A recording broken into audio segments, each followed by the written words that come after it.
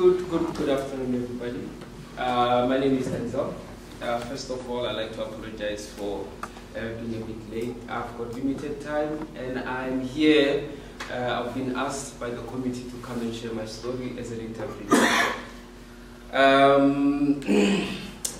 As I've said, my name is Denzil. I run a small business. Recently opened up a small coffee shop in Nazarene that has been doing well. I've been in business since 2013 officially. Also on paper, I've been in business 2013. I've yet to draw a salary from it, and then I've been running that for that long. But what I want to talk about today, in conjunction with myself as an entrepreneur, is the end determines the means. I'm lucky I see in the midst there one of my mentors, when I get into Joel, Mr. Magubela. I get nervous when I speak in front of my mentors. But what I want to speak about is, firstly, business is something which is in your heart, and unfortunately you cannot change it. I don't know, I think there was a show of hands when people were talking about those who are employed and those who are not employed and those who are in business. But I just want to say to Mr. Joe, you are employed, right? I believe. You're a career man. What do you do? I'm in IT. IT. Government department. Government department. How long have you studied for it? I went to school for 4 years, a degree in IT. IT. Yeah, and then after a degree in management. Oh, degree in management. Mr. Drinkers, you're employed? Yeah. Yeah. What do you do? Technical department. Technical department. How long have you been doing that? How long have you been doing it? Yeah. 30 plus years. 30 plus years. Yeah. Must say though, various departments within the company over the 30. Never more than 2.5, 3 years in AWS. Oh, okay. Yeah. Oh, nice. School, what do you do? I'm a actuarial analyst. Actuarial analyst. Yeah, so Did you study that? yeah, I studied actuarial science. Actual science. Yeah, for 3 years. For 3 years.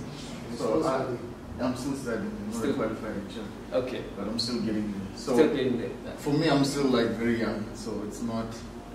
I've only been working for like 2 years and 7 months. Oh. It's not much experience. Okay, so what I want to bring when I'm asking these questions, especially when it comes to business and in conjunction with what I do as a person, it's business is not just business, it's not about just making money, it's a career. So as a person, you choose a life career. You study for it, you work for it each and every day, and you qualify it, right? So I want people to look at business in this way. Business itself, it's a career in which you, as a person, you choose to say, I'm going to be a career entrepreneur. I'm going to be a career businessman. And as much as you have studied for the qualification which you have, you need to go through some lessons in business as well to become an entrepreneur. So there are certain things which you need to learn which are in conjunction with business. I think some of them which were alluded in the presentation, meaning you need to learn the terminology, you need to learn what is taxation, what is profit margin, what is that. That's and as you qualify to be a businessman, which you need to learn it. So as a businessman, this is what you need to do. As a career man, you need to say, okay, I'm going to choose this career.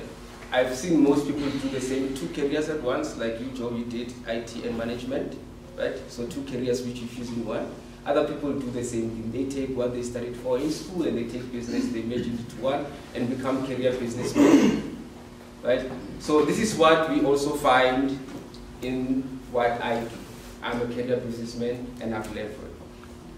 Secondly, again, because relating it into us as men, me running a business, it's the responsibility to my family. So initially coming, the business back, what they call entrepreneurial back, bites you. It doesn't let go of you. So if it bites you early, like me, you are lucky because you go through the lessons quite early. Okay. Yeah. But if it bites you in earlier years, but it bites, but doesn't let you go. When it does, you have a responsibility to your family, and you have a responsibility to yourself, to your nation, to your country, and to God himself. So the responsibility of men in business, or as a career businessman, firstly in your family, is to make sure that they understand that you are choosing a different career path. So from what you have done, let me say you've been working for 40 years, for 50 years, you say, okay, I am now changing my career into business. So honey, wife, mom, dad, kids, I am going to school. I am going to learn business. Okay. So Dad is going to school to learn business.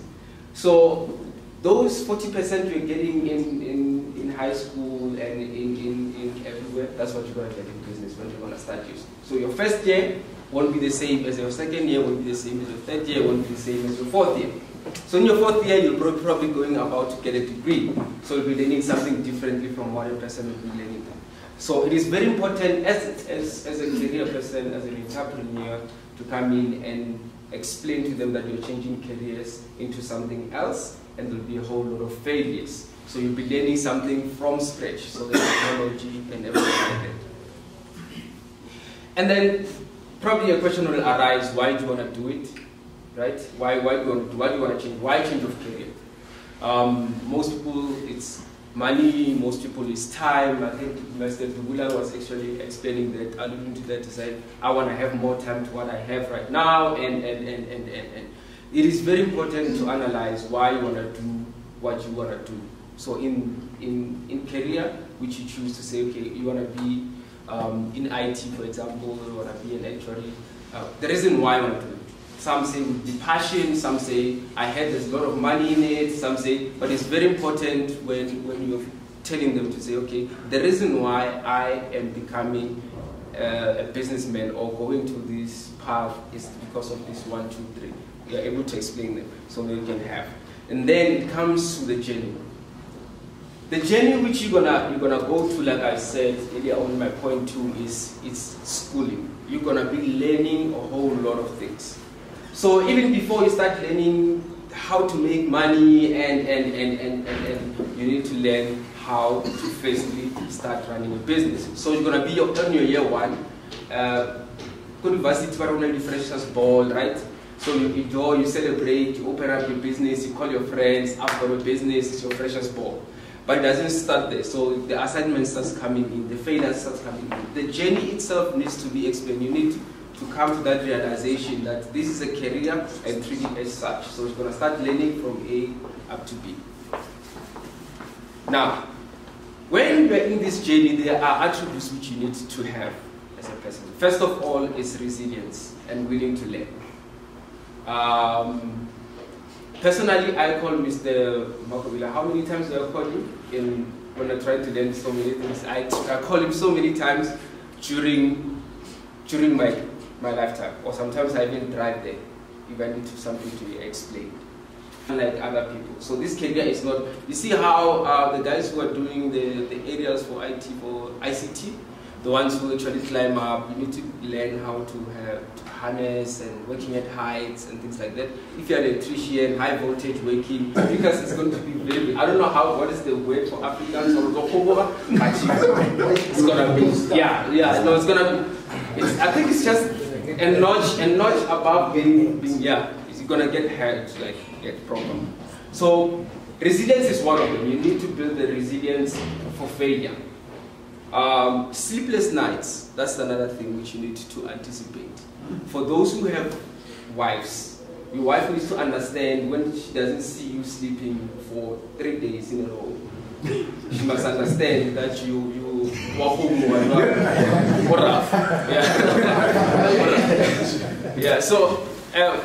so they need to understand the whole journey. But those attributes need to be with you. Remember, they are not with your wife, they are not with your family, they are with you.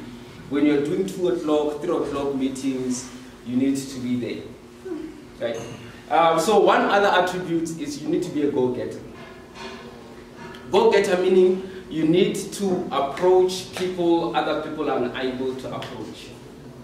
You need to go and knock on doors people are not willing to open.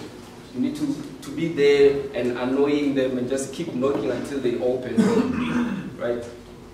So you need to be very, very, very, very persistent in what you try to do. One other attribute which you need to have, patience. As an entrepreneur, one other thing, you need to be patient and understand nothing comes easy. Easy come, easy go, so they say. And that's why, hence we see a lot of entrepreneurs are unable to sustain themselves over a long period of time. So that's what other thing you need to know. Hence I say I'm one of those people. I've run my businesses since 2013 and I'm yet still to draw a salary. I left my employment, it's been a year and a half, and I'm still yet to draw a salary. So those kind of things you need to understand that you need to grow in a certain, and you need to give yourself time. And in the learning process, in your journey with the entrepreneurial processes, you need to give yourself time. It won't happen overnight. That's one other thing which you need to understand.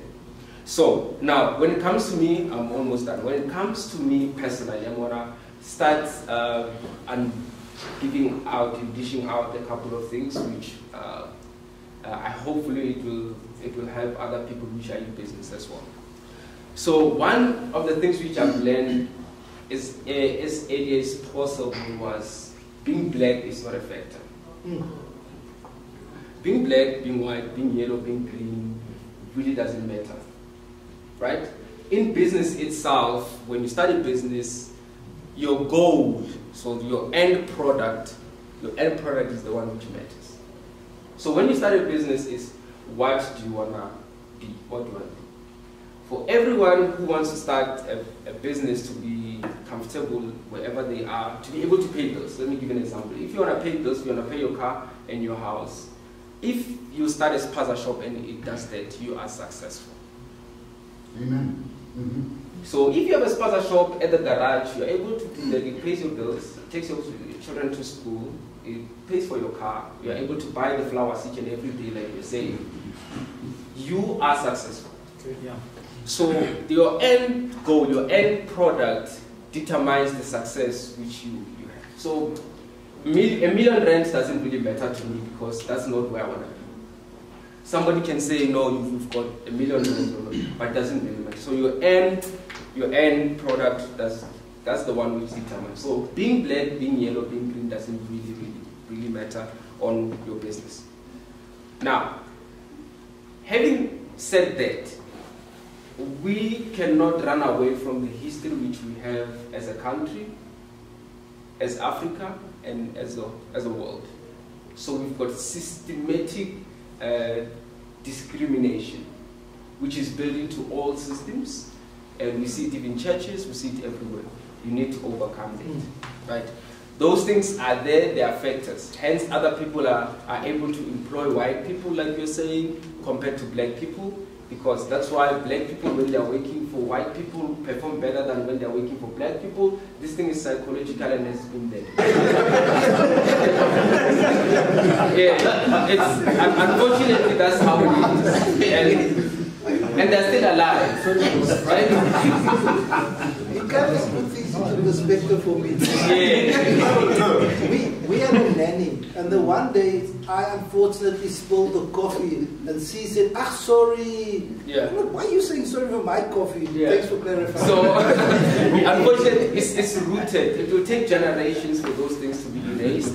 That's why young kids will always sing Orba compared to us. You know what I mean? Like it's. You need to understand, when you go into business, those are some of the things which you need to understand, that unfortunately this is which is out there. Yeah. People are psychologically affected. They smile more when they see a white person than they do when they see a black person.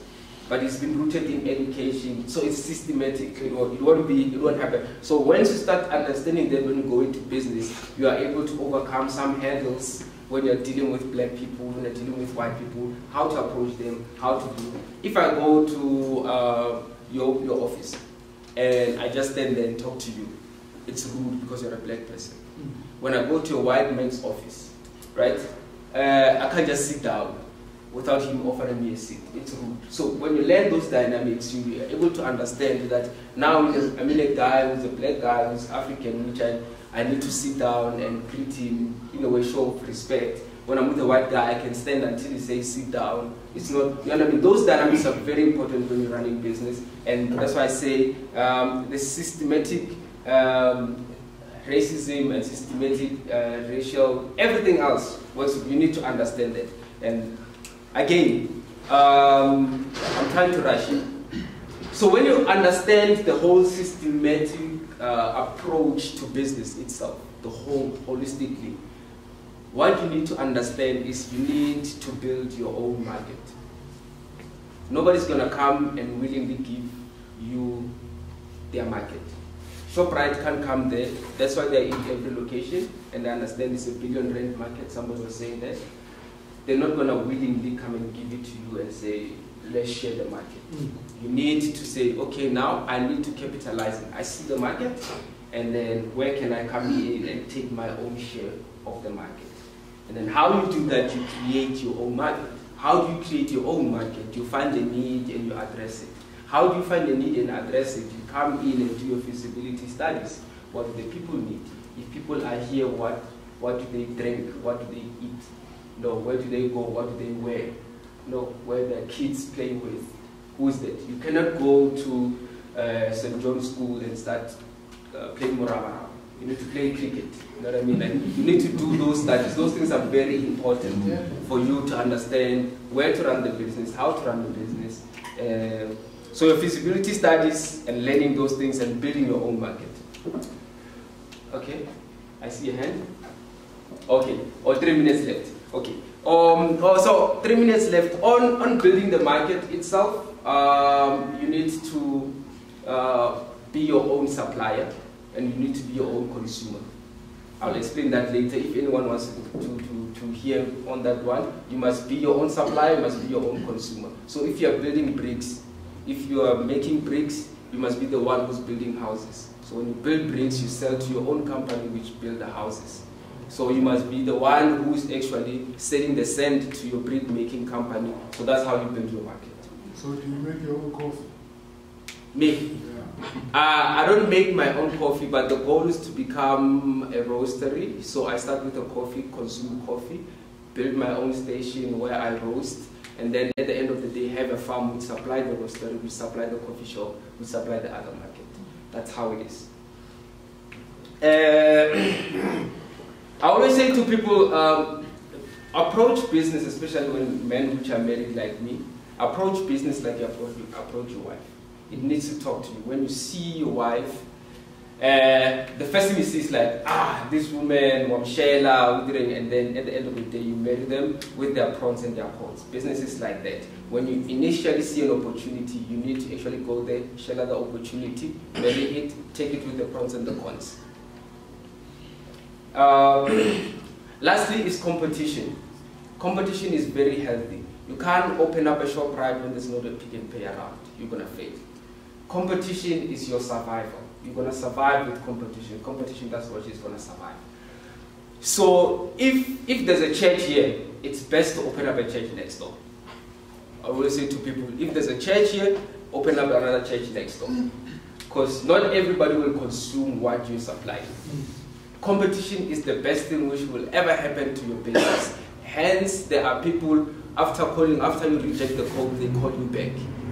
They take the business. Competition is the healthiest thing you can ever have in business. And running my business, what I've learned is you're gonna lose a whole lot of money.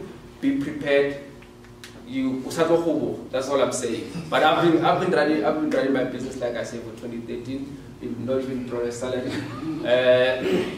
So there are things which, because there are things which, in my personal capacity, I have learned. And one of the things, when talking to Tabang's point, 8 weeks, and I was telling my other mentor that we're opening, hopefully in December, Home and Rosak. So the whole point is, you need to marry your wife.